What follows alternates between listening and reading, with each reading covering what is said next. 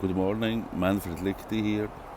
Today I speak to you from the garden of my condo, which is right opposite East Coast Park, only the highway is in between. So you can probably hear the highway in the background.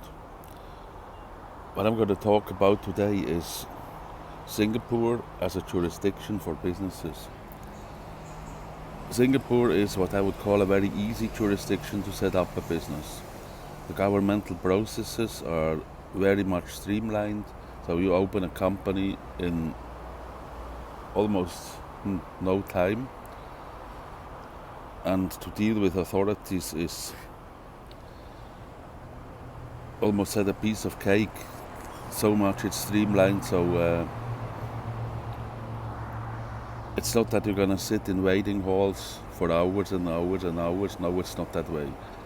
It's very, very efficient to start a business in Singapore. So I was thinking there might be entrepreneurs who consider a move to Singapore to set up a business. And the moment they move here, they move their family here. Healthcare is obviously a very important topic to make yourself clever about.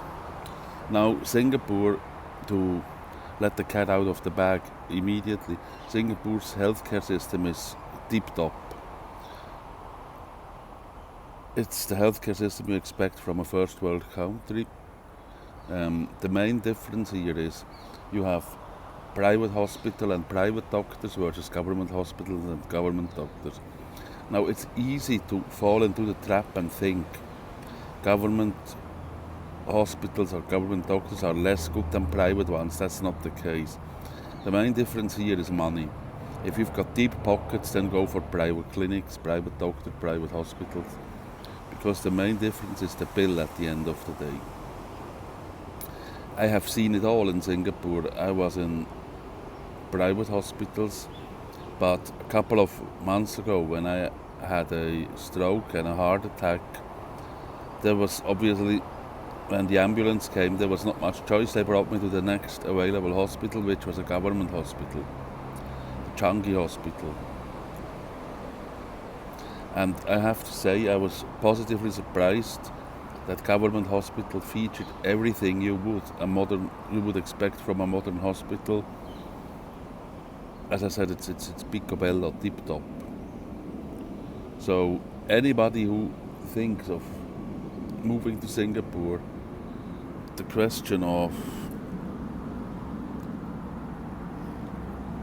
medical support should not be a showstopper. It's quite the opposite, actually. Again, everything is pretty much streamlined here. It's very well organized, and pretty much what you would expect from a world-leading jurisdiction.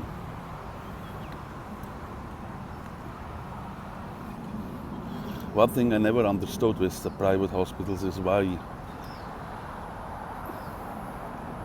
the regulator or the insurance companies, well, the insurance companies to some degree do put in their limitations. But I give you an example. Certain medications, they cost a multiple in a private hospital compared to a public hospital or a government hospital, as some people call it. Sleeping aids. I bought yesterday a few pills of lorazepam, which cost me 10 cents a pill from a local polyclinic. The same pill from a private doctor would cost you $6 to $8. So 60 to 80 times more. And there I don't quite understand why regulators don't fill that gap, because it's obviously, I call it money for nothing. That's why I told the kids, study medicine and open a private doctor's practice. It really is, in many regards, money for nothing, especially if you distribute medication yourself. And I think that's an area where a lot of people don't know about. How come I do? Because I told you, I have seen both, experienced both. Private hospitals and doctors, as well as government hospitals and doctors.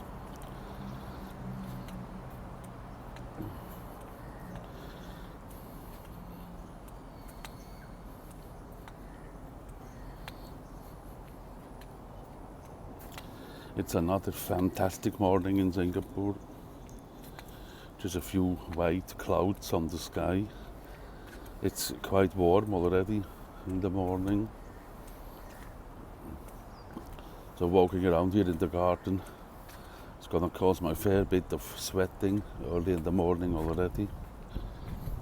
You can see in the background the sky. It's a glorious morning.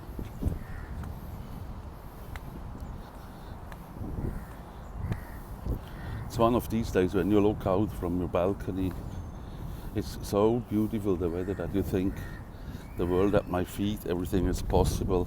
You're really energized to do some work, which is totally the case for me now. I'm walking back to my base, that means to the tower of my condo, where I then will commence the day in my office.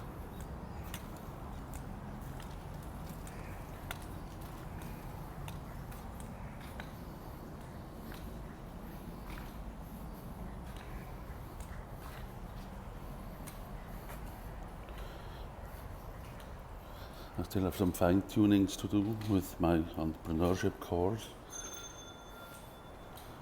which I will do today. So, sanitizing of hands before we get into the lift.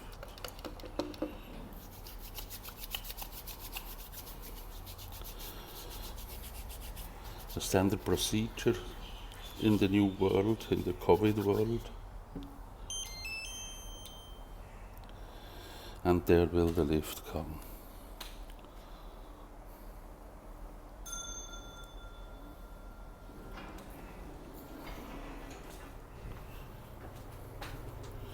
So again, if you plan to move to Singapore to open a business and you bring along your family, you don't have to worry about medical support here.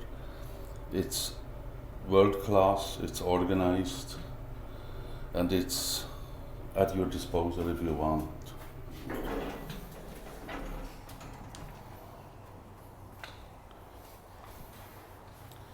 Anyone who would like to have a deeper discussion into the topic, feel free to give me a call or send me an email. All my contact details you will find on LinkedIn. So, all my contact details are in the public open. Okay, so that's it for today. I'm coming back to my condo where I will commence the work of the day. Thank you very much for watching. Thanks for listening today, and I shall talk to you very soon again. Bye bye.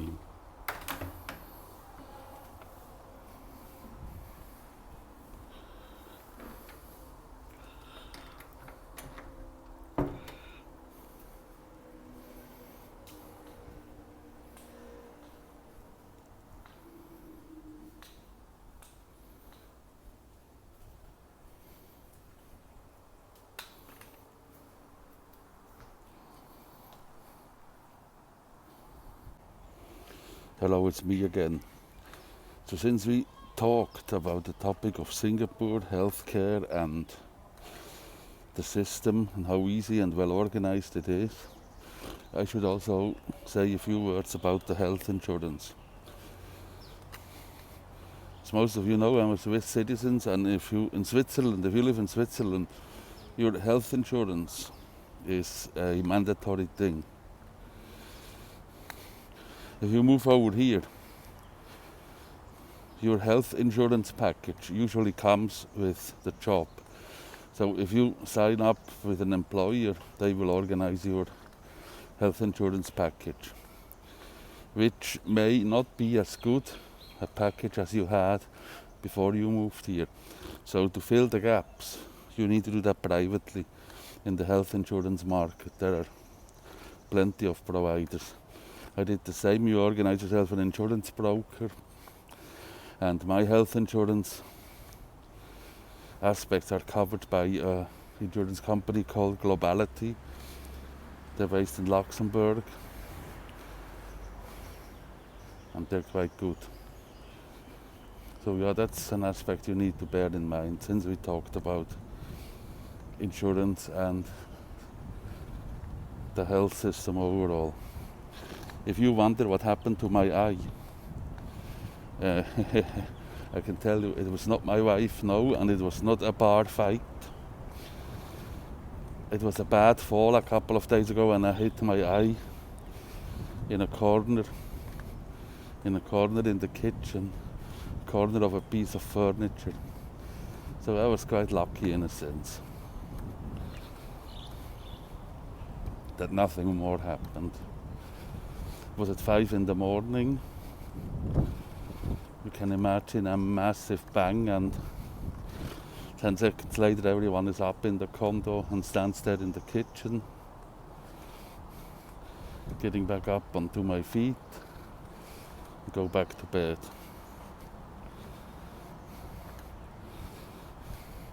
So don't worry about my eye, it's healing. I know it looks a bit ugly, like a boxer, but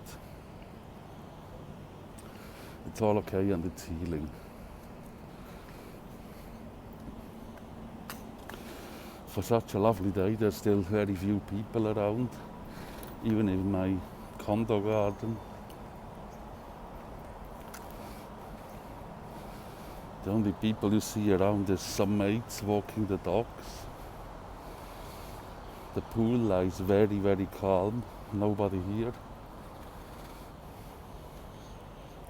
Okay, to be fair, some of these areas are closed down because of the anti-socializing rules.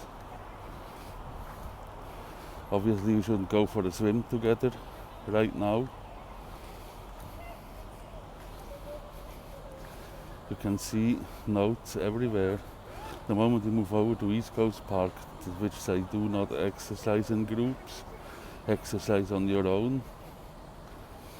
But that makes a lot of sense. No brainer, right?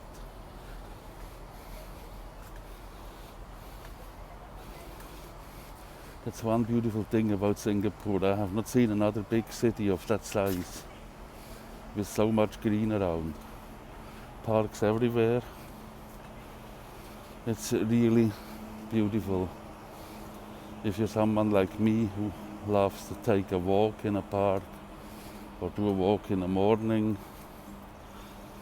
or often an evening walk, or even a night walk, it's all very, very conveniently arranged and organized here.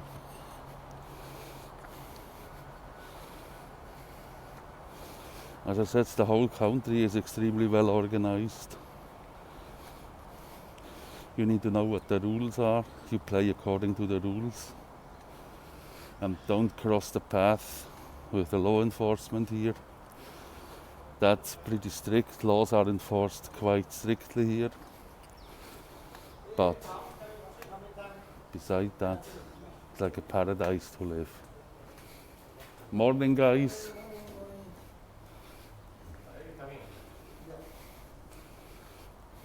These were the security guys of the condo. So back we are at the base.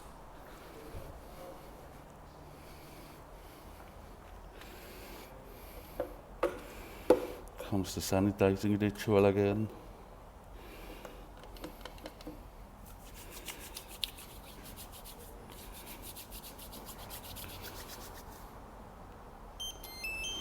That makes quite some sense, to sanitize your hands before you touch the lift buttons, which is a very public area. Buttons that everybody touch all day long. So on the way up, my tower is a relatively low rise. There are only 6 floors, I'm in the 5th. That's not typical for Singapore. Usually buildings are taller than this, but it's quite alright for me. Okay, thank you again for listening and watching. You will hear from me again very soon. Thanks a lot for watching, thanks a lot for listening. Stay safe and I'll talk to you soon. Bye bye.